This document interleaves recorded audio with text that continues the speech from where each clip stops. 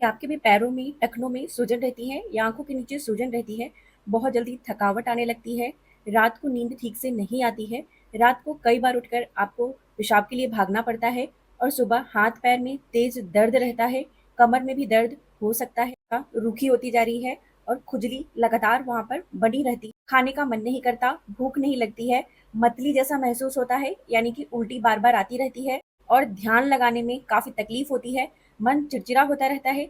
अगर आपको भी ये सारी लक्षणें में से कोई भी 3 लक्षण दिखाई दे रही है, तो आपको यहाँ पर सचेत हो जाना चाहिए। तो पता है, हमारे देश में एक ऐसी साइलेंट क्राइसिस चल रही है, जिसके बारे में हमारी ज़्यादातर आबादी को पता ही नहीं है। Indian council of medical research यानी कि आईसीएमआर के डाटा के अनुसार हमारी भारत में 17% आबादी क्रोनिक किडनी डिजीज यानी सीकेडी से ग्रसित हो चुकी है।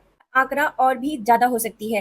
हैरान करने वाली बात है कि इनमें ज़्यादातर वयस्क हैं। कि आप समझ सकते हैं कि हर 6 में से एक व्यक्ति यह परेशानी से जूझ रहा है। सीकेडी का मतलब होता है कि गुर्दों की क्रोनिक समस्या यानी गुर्दों की परेशानी। हमारे गुर्दे हमारे शरीर के खून की सफाई दिन और रात करते रहते हैं और जब यह खराब होने लगते हैं यानी कि ब्लॉक होने लग जाते हैं तो इसका पता हमें जल्दी नहीं चलता क्योंकि इसकी लक्षणें पहले दिखाई नहीं देती हैं। इसीलिए अगर आपको थोड़ा भी इसकी लक्षणें महसूस होने लग गई हैं, जैसा कि मैंने बताया, तो आपको सचेत होना चाहिए। साथ ही हम जानेंगे कि इसको दोबारा से हम कैसे ठीक कर सकते हैं, इस परेशानी से हम कैसे छुटकारा पा सकते हैं। इसके लिए आपको यह आज की जानकारी ज़रूर से देखनी चाहिए। इसलिए हम जानेंगे कि कौन से ऐसे खाने हैं जो हमें बिल्कुल भी नहीं खाने चाहिए क्योंकि यह परेशानी को और ज़्यादा बढ़ा सकती हैं और कौन से ऐसे खाने हैं जो हमें अपने खाने में शामिल करनी चाहिए, जिससे ये परेशानी से हम छुटकारा पा सकें। नमस्कार, मेरा नाम प्रीति देव है, masters in food science and nutrition और आप सभी की हेल्थ ट्रेनर हूँ और एक हेल्थ गाइड हूँ। आप सभी का स्वागत करती हूँ प्रीति हेल्थ क्लासेस यूट्यूब चैनल में। आप सभी अब जानना चाह रहे होंगे कि आखिर यह समस्या हमारे शरीर में आती क्यों है? गुर्दे खराब होने कैसे शुरू होते हैं? इसके पीछे कुछ कारण होते हैं, जिससे हमें इसकी पहचान हो सकती है। सबसे पहला कारण होता है डायबिटीज़, बहुत कॉमन हो चुकी है। दूसरा, बार-बार हमें इन्फेक्शन लगना, चाहे वो किसी प्रकार का भी इन्फेक्शन हो, यूटीआई का भी इन्फेक्शन क्यों ना हो, जिसे हम यूरिनरी ट्रैक इन्फेक्शन बोलते हैं, ये भी एक संकेत होता है। तीसरा इसका संकेत होता है ब्लड प्रेशर का बढ़ा रहना। बार-बार ब्लड प्रेशर का बढ़ने से हमारी जो गुर्दे हैं यानी किडनी है, उसकी रक्त वाहिकाएँ जो होती हैं वो वहाँ पर खराब होनी शुरू हो जाती हैं। इसका कारण होता है कि किडनी की पथरी रहना। पथरी रहने से भी किडनी में समस्या उत्पन्न हो जाती हैं। वहीं पर पॉलीसिस्टिक ओवरी यानी कि जिसको भी पीसीओडी या पीसीओएस के सिम्पटम्स आते हैं या ये लक्षणें उनके शरीर में हैं, तो उनको सचेत होना चाहिए। आगे चलकर ये परेशानी आपकी किडनी की जो तमाम समस्याएँ हैं उनको उत्पन्न कर सकती हैं। अगला कारण है कि बिना प्रिस्क्रिप्शन का ओवर द काउंटर हम दवाइयाँ लेकर आ जाते हैं और बिना सोचे समझे ये दर्द की दवाई या किसी भी चीज़ की दवाइयाँ खाना शुरू कर देते हैं। ये हमारी किडनी के जो फ़िल्टर्स हैं उन पे काफ़ी ज़्यादा नुकसान करती हैं और वहाँ पर ब्लॉकेज का कारण बन जाती हैं।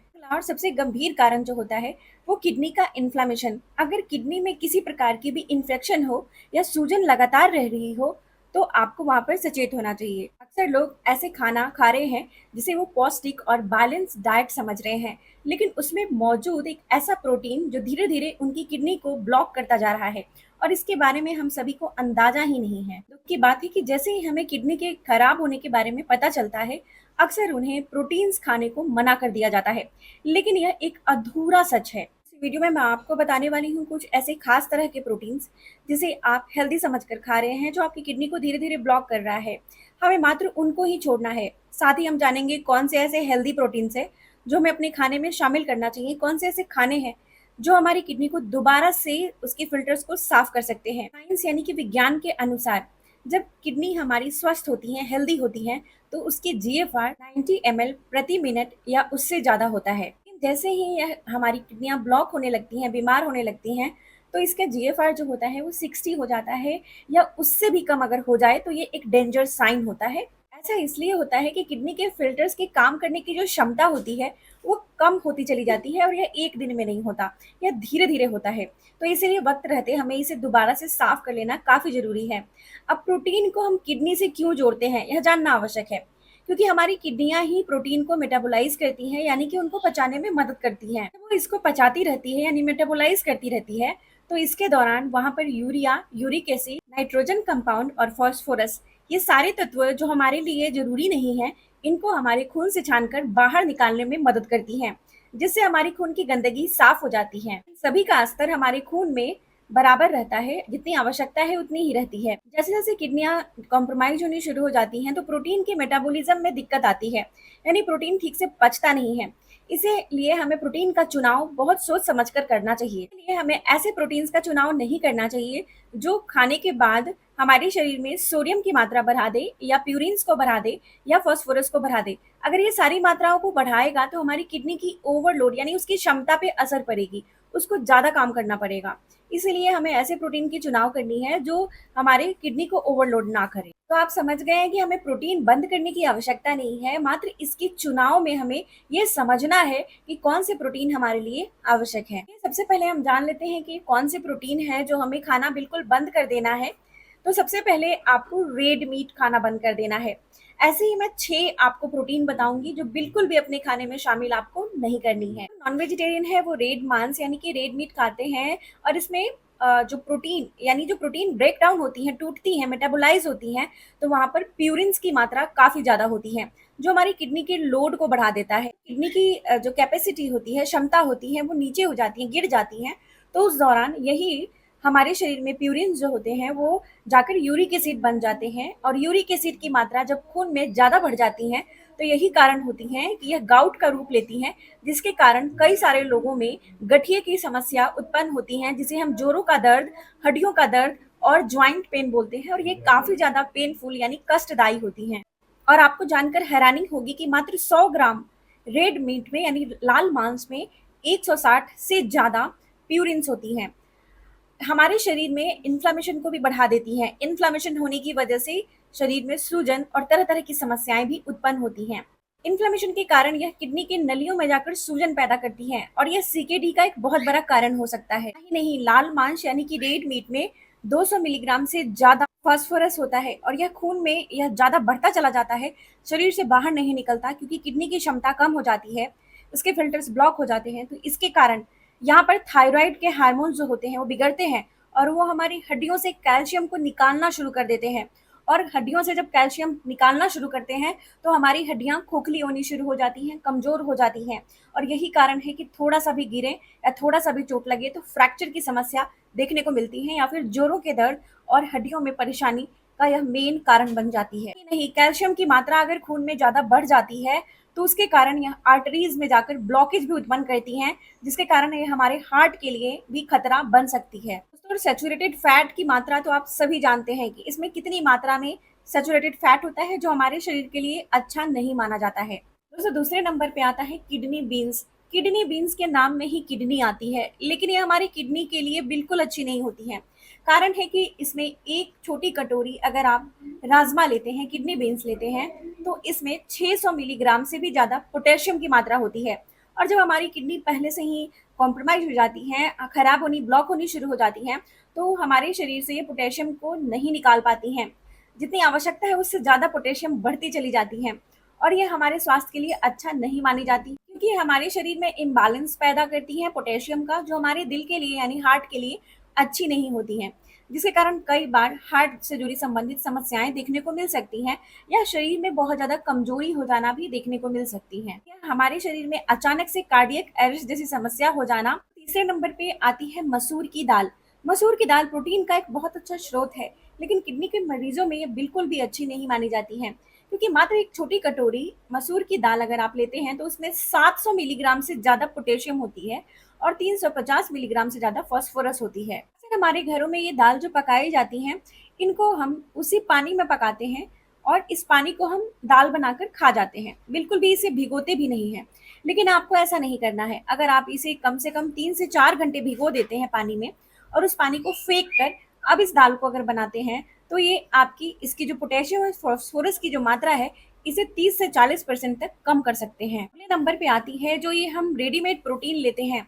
अक्सर जो लोग जिम जाते हैं, वर्कआउट करते हैं, वो लोग रेडीमेड प्रोटीन बहुत लेते हैं, और ये अभी फैशन में भी आ गया है। हर व्यक्ति से आप देखेंगे को सुनेंगे जो वर्कआउट करते हैं, जो हेल्थ को लेके सीरियस रहते हैं, वो प्रोटीन को ज़रूर से खाना शुरू कर देते हैं। लेकिन आपको पता है कि अगर आप ऐसे प्रोटीन जो पहले से बनकर आ रही है, उसे अगर खा रहे हैं, तो ये एकदम से शरीर के अंदर जाती है, तो ये नाइट्रोजन की मात्रा को बहुत ज़्यादा बढ़ा देती है, और जिसके कारण हमारी किडनी पे बहुत प्रेशर बनता है नाइट्रोजन को साफ करने में। कारण खून में ब्लड यूरिया का लेवल बढ़ता चला जाता है।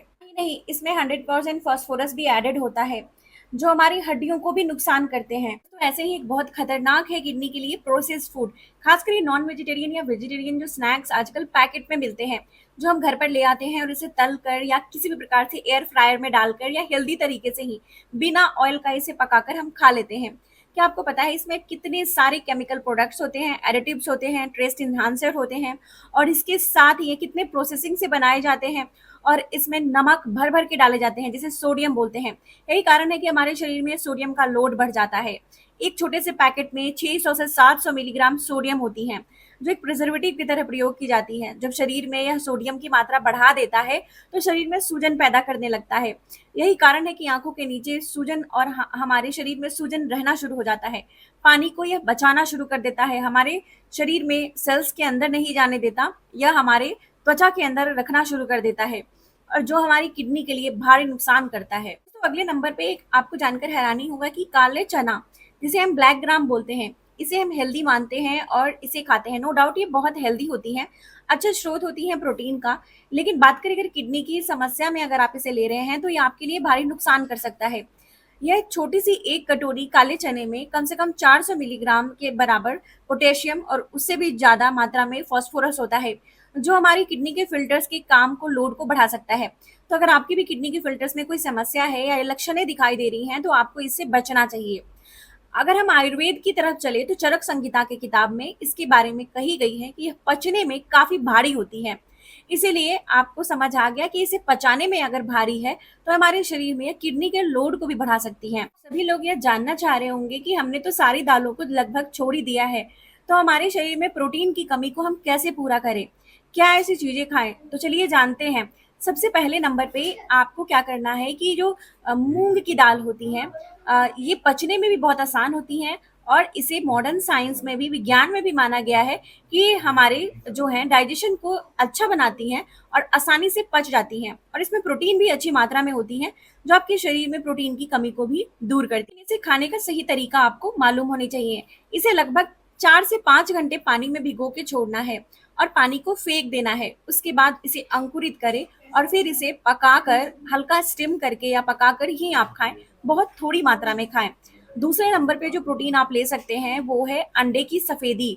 अंडे की सफेदी जो होती है वो बहुत आसानी से मेटाबोलाइज हो जाती है, यानी कि पच जाती हैं, और आपको सुनकर खुशी मिलेगी कि इसे खाने के बाद यानी पचने के बाद कोई भी प्यूरिन्स नहीं बनता है, जिससे किडनी को लोड नहीं बढ़ता और किडनी को कोई भी मशक्कत यानी परेशानी लेने की आवश्यकता नहीं पड़ती है।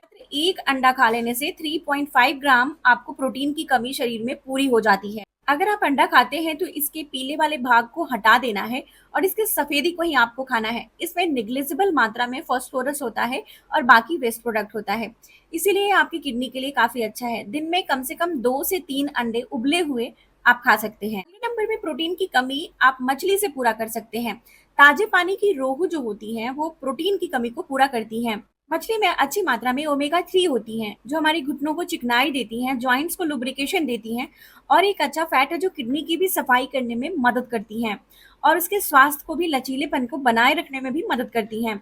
इसमें बाकी सारी चीजें जो वेस्ट प्रोडक्ट हैं, जो हमारी किडनी को नुकसान पहुंचाती हैं, उसकी मात्रा ना के बराबर होती है। और सबसे अच्छी बात है कि मात्र 100 ग्राम जो मछली 17 से 19 ग्राम बेहतरीन क्वालिटी की प्रोटीन आपको मिल जाती है। सेलेनियम भी होता है, विटामिन B12 होता है, जो थायराइड के लिए भी काफी अच्छा होता है और हमारी जो किडनी के जो नसें हैं उनको मजबूती देने का काम करता है, तो हमारे स्वास्थ्य के लिए काफी अच्छा होता है। तो आप इससे अपनी प्रोटीन की कमी पूरा कर सकते हैं। मात्रा का ध्यान रखना है, ज्यादा मात्रा में आपको इसका भी प्रयोग नहीं करना है। अगले नंबर पे आप टोफू ले सकते हैं। टोफू, जो लोग वेजिटेरियन है यानी कि शाकाहारी खाना खाते हैं, उनके लिए एक बहुत अच्छा विकल्प होता है। टोफू बहुत आसानी से पच जाता है और इससे प्रोटीन की कमी भी पूरी हो जाती है। वैसे तो इसमें फास्फोरस की मात्रा होती है, लेकिन ये प्लांट बेस्ड यानी कि पौधों से आती है, जिसे हमारा पूरा शरीर जो है इसे एब्जॉर्ब यानी अवशोषित नहीं कर पाता है, जिससे इसमें खून में यह फास्फोरस की मात्रा को नहीं बढ़ाता है। इसलिए आप बेझिझक इसका इस्तेमाल कर सकते हैं। इसे आप हल्का सा उबाल कर या स्टीम करके खा सकते हैं। तेल में फ्राई करके खाने से बचना है या पराठे बनाकर खाने से भी बचना है। हमेशा और हर वीडियो में कहती आती हूँ कि ये सारी चीजों के साथ साथ अगर आप अपने स्वास्थ्य को अच्छा बनाए रखना चाहते हैं, आप चाहते हैं कि आपके शरीर हर रोगों से दूर रहे, तो आपको कम से कम सुबह और शाम 15-15 मिनट ही अपने लिए निकालना है। सुबह 15 मिनट की सैर करनी है। ये आपकी किडनी के फ़िल्टर को साफ़ करने में मदद करता है और शाम को भी 15 मिनट की कम से कम आपको टहलाव ज़रूर से करनी है, यानी वॉकिंग शुरू करनी है। ऐसा कर देने से क्या फ़ायदा होता है? जब आप टहलना शुरू करते हैं तो शरीर में ब्लड का सर्कुलेशन बढ़ता है, यानी कि रक्त का संचार बढ़ जाता है और इसके कारण शरीर में बैठी हुई गंदगी हमारे पसीने के माध्यम से बाहर निकलती है, जिससे किडनी के लोड को हम कम कर सकते हैं। इसके साथ ही आपको थोड़ी-थोड़ी मात्रा में हल्का-हल्का, एक बार में ज़्यादा नहीं, पानी का भी सेवन करते रहना है। बहुत ज़्यादा पानी एक बार लेने से बचना है। इसके साथ आपको मैदा से बनी चीज़ें, बहुत ज़्यादा मीठी चीज़ें नहीं खानी है, रिफाइंड चीज़ों को छोड़ देना है और आपको कोशिश करनी है कि मेडिटेशन कर सकते हैं तो आपके लिए काफ़ी अच्छा है। मेडिटेशन अगर नहीं कर पाते हैं तो कम से कम 5 मिनट से ही शुरू करें। ब्रीदिंग एक्सरसाइज़, अनुलोम-विलोम, भ्रस्त्रिका या कि जो भी एक्सरसाइज़ आपको अच्छी लगती है या योग अच्छा लगता है, उसका प्राणायाम हो, आप ज़रूर से प्रैक्टिस करें। इससे हमारी मेंटल स्ट्रेस को दूर करने में काफ़ी मदद मिलती है और जब हमारा मेंटल हेल्थ अच्छा रहता है तो हमारा शरीर भी अच्छे से फंक्शन करता है। तो मुझे पूरा भरोसा है कि आज की जानकारी आप लोगों को बेहद इन्फॉर्मेटिव लगी है, अच्छी लगी है और आप इसे लाइक और शेयर भी करने वाले हैं। प्रीति हेल्थ क्लासेस पे इस तरह की ही बहुत ही हेल्थ से जुड़ी हुई इन्फॉर्मेटिव जानकारी आपको मिल जाती है। चैनल में पहली बार आए हैं तो सब्सक्राइब ज़रूर से करिए। तब तक अपना बेहद ख्याल रखिए और सबसे ज़्यादा ज़रूरी मुस्कुराना नहीं भूलिए, मुस्कुराते रहिए। शुक्रिया।